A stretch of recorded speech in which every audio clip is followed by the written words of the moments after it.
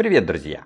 Так как прошлое видео про дешевую еду из фикс прайса вам очень понравилось и вы просили продолжение, то сегодня мы снова попытаемся понять, какую еду следует, а какую еду лучше не покупать в этом магазине. Друзья, если вы хотите оказать помощь в развитии канала, то можете перевести мне донат через сервис Donation Alerts. Этот сервис позволяет прикрепить личное сообщение, и всех, кто мне задонатит, я покажу в своем следующем видео. Ссылка в описании. Жаркое по-домашнему, в составе мяса индейки на кости, значит внутри будут и кости. Также есть еще специи, масса 290 грамм. Написано, что изготовлено по ГОСТу. Жаркое по-домашнему, стоимость 79 рублей. Изготовлено в Лыткарино, Московской области.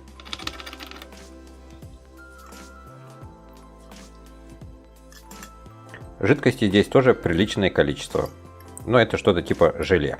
Теперь посмотрим, что здесь за мясо. Похоже, что это действительно настоящее мясо. Видна волокнистая структура. Попробуй на вкус. Попробовал и очень даже неплохо. Я думал, что мяса будет мало, а костей будет очень много. Но получилось наоборот. Мяса очень много, а костей практически нету. Ну и вот они попадаются, но очень-очень мягкие. Чувствуется во вкусе небольшое количество специй, но с ними не переборщили. Сильной какой-то остроты не ощущается. Жаркое это мне понравилось. Здесь настоящее мясо, и мне кажется, что индейка была свежая. По крайней мере, по запаху пахнет все приятно. Мяса здесь приличное количество, и я думаю, что для своей цены качество очень даже хорошее. Сельская каша гречневая с говяжьим фаршем. Масса 338 грамм. Обычно вот такие дешевые консервы, когда изготавливают, то везде там используется говяжий жир. Также тут есть и фарш говяжий, но думаю, его, наверное, 1%, совсем немного. Также есть специи немножко. Ну и в целом состав полностью натуральный. Каша гречневая с говядиной, стоимость 59 рублей. Изготовлена в Ленинградской области, деревня Потанина. На внешний вид гречка смотрится хорошо, она не переваренная. Также воды здесь никакой нету. Переложу это все дело в тарелочку, разогрею и мы с вами продегустируем. Внешне каша выглядит хорошо. Разогрел ее 1 минуту в микроволновке, она хорошо разогрелась. Также здесь мы видим вкрапление морковки. Но вот говядины я здесь не замечаю. Как я и предполагал, ее здесь очень-очень мало, наверное 1%. Но вот то, что здесь есть говяжий жир, это ощущается, потому что даже вот визуально заметно, что жирочек здесь присутствует. Попробовал. Мясо во вкусе практически не ощущается, только какой-то его небольшой аромат. Но зато хорошо чувствуется то, что есть здесь говяжий жир. А также еще чувствуется наличие черного перца. Вкус немножечко остренький. Гречка сварена хорошо, она рассыпчатая, не переварена ничего. Ну и в целом вкус тоже нормальный. Я бы вот по 5-бальной системе оценил бы этот вкус на 4 с минусом. Потому что все-таки переборщили со специями, такой вкус остренький.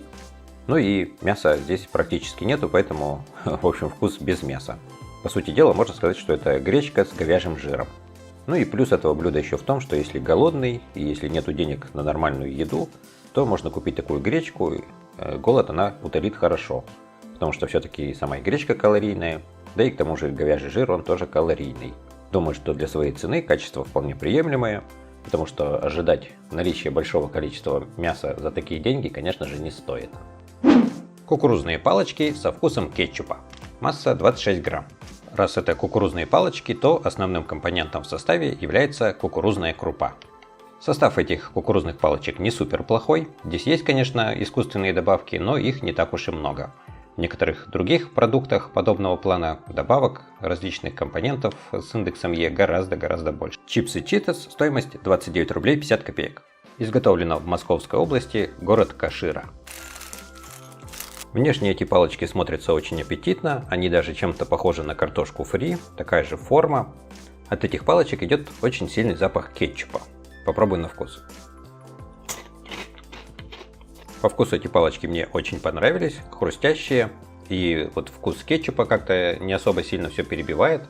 В общем, такой немножечко сладко-солененький вкус. Так что если хотите сэкономить, то можно смело идти в фикс прайс и там купить кукурузные палочки Cheetos.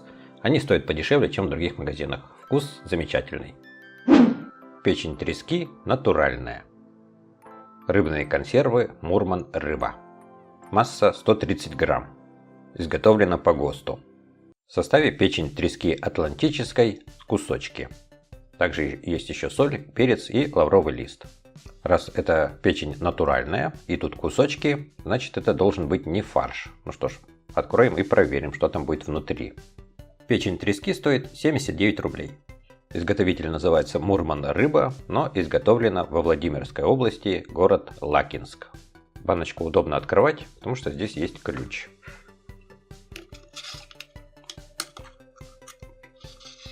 Внутри действительно кусочек печени трески. Целиковый, не какой-то фарш, но нужно пробовать и проверять, какова же эта печень по качеству будет. Жира внутри плавает огромнейшее количество. Сейчас попробую достать этот кусочек. Это сделать нелегко, потому что все плавает вот в масле в каком-то. Самое интересное, что в составе было написано только лишь печень, там специи, соль.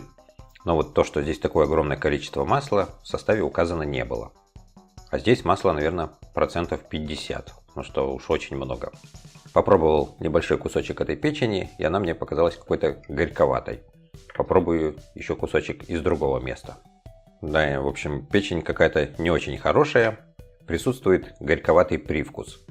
Не знаю почему, возможно, что это делалось из какой-то уже, скажем так, испорченной или не очень свежей рыбы, но вкус этой печени мне не очень понравился. И больше такую печень я бы не купил, потому что все-таки мне кажется, что вот горьковатого привкуса в печени трески быть не должно. Раньше, сколько я пробовал вот хорошую, дорогую печень трески, там такого привкуса горького не было. А здесь вот какой-то горьковатый привкус. В общем, по вкусу мне эта печень не понравилась. Доброе утро! Овсяная каша с яблоком и клюквой. Написано, что 100% натуральный состав. Масса упаковки 35 грамм. Состав действительно полностью натуральный. Стоимость овсяной каши 7 рублей 80 копеек. Изготовлено в Челябинской области, поселок Увельский. Теперь можно посмотреть, сколько здесь сушеной клюквы. Ну вот изредка попадаются, это сушеная клюква, не особо много, а также попадаются кусочки яблока. Тоже не супер большое количество, но я думаю, вполне достаточно. Залили кипятком. Накрыли крышкой и оставляем на 5 минут. Каша заварилась, теперь можно попробовать. Яблоки, кстати, очень хорошо разварились. Ну а клюква, в общем, как сморщенной была, так и осталась. Даже и не скажешь, что это какая-то клюква. Попробовал. Яблоки очень хорошо разварились и прям вот как свежие. Ну а клюквы здесь очень-очень мало, наверное, 3 штучки. И то такое ощущение, что это не целые ягоды, а какие-то ошметки. И они немножечко кисленькие. Клюквы, в общем, здесь немного. Ну а сама каша нормальная, она разварилась очень хорошо. Видимо, эти хлопья такие мелкие, что прям вот за 5 минут уже все. Просто в кипятке все замечательно разваривается.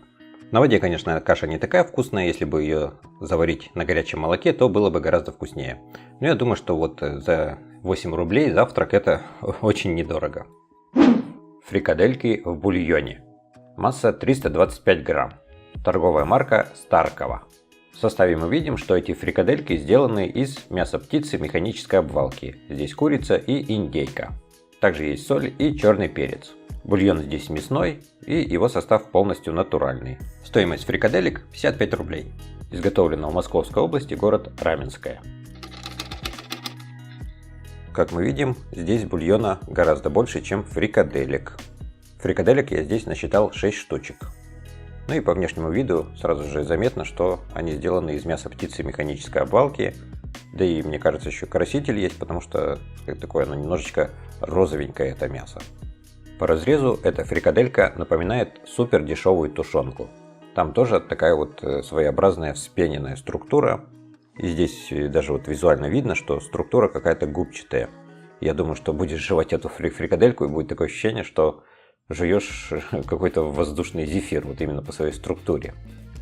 Попробовал, и очень хорошо чувствуется, что это супер дешевый продукт, потому что вот когда жуешь, то ощущается, что внутри присутствует вот как раз вот эта вот костная мука, которая получается из мяса птицы механической обвалки, когда перемалывают и кости, и кожу, там, в общем, ну, всякие отходы.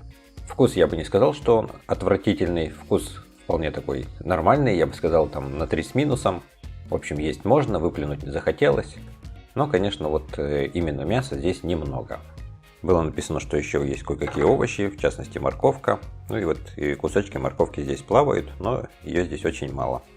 Ну и также мы видим, здесь кроме бульона еще очень много накипи, по всей видимости. Чак-чак медовый. В составе действительно присутствует натуральный мед. В целом состав здесь очень даже неплохой. Чак-Чак Тимоша, стоимость 13 рублей 70 копеек. Изготовлен Чак-Чак в Ростовской области, город Азов. Какого-то медового аромата от этого Чак-Чака не исходит. Попробую на вкус. Во вкусе тоже ничего медового не ощутил, только есть вот небольшая сладость. В целом вкус мне понравился, он не приторный, с сахаром здесь не переборщили. Думаю, что соотношение цены и качества хорошее. Если купить какой-нибудь Чак-Чак подороже, не факт, что он будет лучше. Alpenland – продукт йогуртный, пастеризованный. Торговая марка Эрман. Продукт этот идет с персиком и маракуйей. Состав здесь не полностью натуральный, здесь куча всяких добавок. Масса йогурта 95 грамм. Массовая доля жира 7,5%. Стоимость йогурта 19 рублей 80 копеек. Изготовлено в Московской области, поселок Раус. По консистенции этот йогурт довольно-таки густой. Действительно чувствуется, что 7,5% жирность. Попробовал, и во вкусе действительно чувствуется и персик, и маракуйя, он немножечко кисленький, и в целом вкус мне понравился. Это, конечно же, не настоящий йогурт, он уже пастеризованный, то есть там никаких нету молочно-кислых полезных бактерий, да и состав не полностью натуральный, но вот вкусовые качества неплохие. Если, например, куда-то с собой в дорогу, долго ехать, то вот такой йогурт можно взять, потому что он долго не портится. Друзья, пишите в комментариях, какую еду мне еще продегустировать. Всем большое спасибо за внимание и до новых встреч!